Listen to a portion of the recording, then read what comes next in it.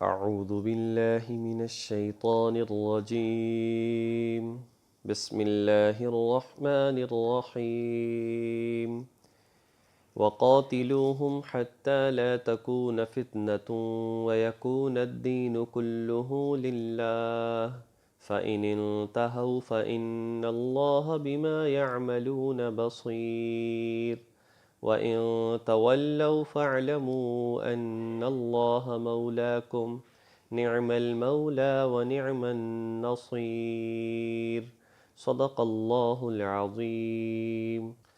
وَقَاتِلُوهُمْ، اور اے مسلمانوں تم ان کافروں سے لڑتے رہو، ہم سے مراد کفار ہیں، اور اے مسلمانوں تم ان کافروں سے لڑتے رہو، حَتَّى لَا تَكُونَ فِتْنَةٌ، یہاں تک کہ فتنہ باقی نہ رہے، وَيَكُونَ الدِّينُ كُلُّهُ لِلَّهِ، اور ہو جائے سارے کا سارا دین صرف اللہ کے لیے۔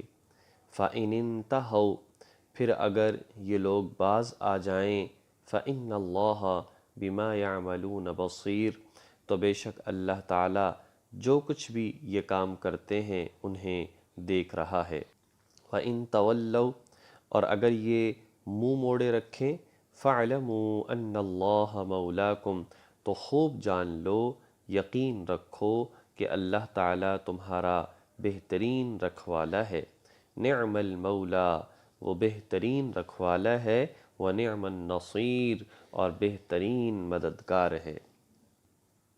اس آیت کریمہ میں اللہ تبارک و تعالیٰ نے جہاد کا فلسفہ بیان فرمایا، اور فرمایا کہ جہاد کا مقصد نہ تو مال غنیمت کا اکٹھا کرنا ہے، نہ ہی ملک اور حکومت حاصل کرنا ہے، نہ ہی قتل و غارت مچانا ہے، بلکہ جہاد کا مقصد اور جہاد کا جو اصل فلسفہ ہے وہ فتنے کا خاتمہ ہے، اور سب سے بڑا فتنہ شرک اور کفر ہے۔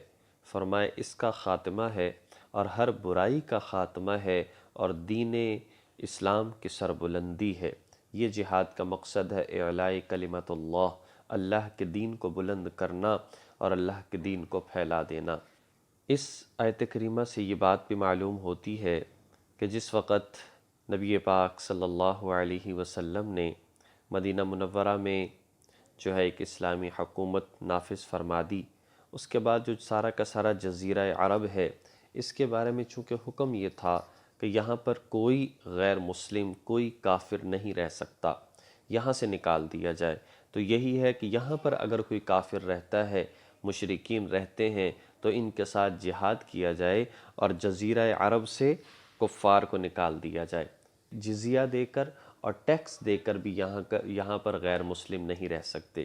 باقی دنیا میں اگر کہیں پر مسلمانوں کی حکومت ہے اور وہاں پر غیر مسلم جزیہ دے کر رہتے ہیں، ٹیکس دے کر رہتے ہیں، تو کوئی حرج نہیں، وہ رہیں۔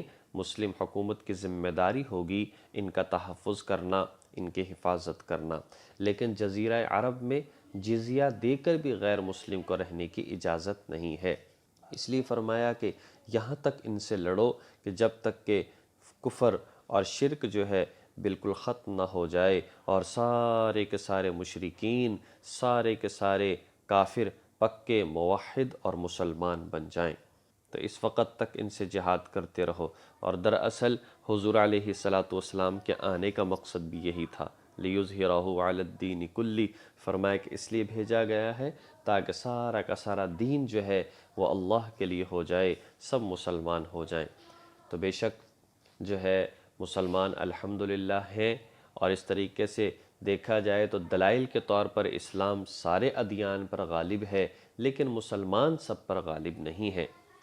جب حضرت عیسیٰ علیہ السلام تشریف لائیں گے تو اللہ تبارک و تعالیٰ اس بات کو بھی پورا فرما دیں گے، اور روئے زمین پر مسلمانوں کی تعداد سب سے زیادہ ہوگی۔ اس کے بعد ایک اور بات ارشاد فرمائی ہے، فرمایا کہ انسان ظاہر کا مکلف ہے، ظاہر کا مکلف ہے، ظاہر کو دیکھنا چاہیے۔ یعنی جیسا کہ جب جہاد کے لیے نکلو گے تو بعض اوقات ایسے حالات پیش آئیں گے کہ لوگ بظاہر اسلام کو پیش کریں گے، تو فرمایا کہ تم ظاہر کے مکلف ہو۔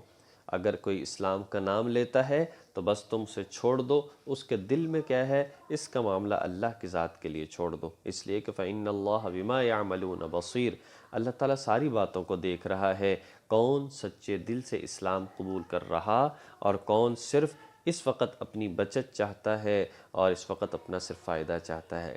قبیلہ بنو جوہینہ کی طرف حضرت اسامہ بن زید رضی اللہ تعالی عنہ کو جو ہے لشکر کا امیر بنا کر بھیجا، تو یہ گئے، ایک شخص کو جب اس کو قتل کرنے لگے تو اس نے کلمہ پڑھا، تو آپ علیہ السلام کے پاس آ کر جو ہے سارا واقعہ ذکر کیا۔ یہ صحابہ کرام کی بڑی اچھی صفت تھی، وہ جس چیز کے بارے میں کوئی بات ہوتی آ کر فوراً ذکر کرتے۔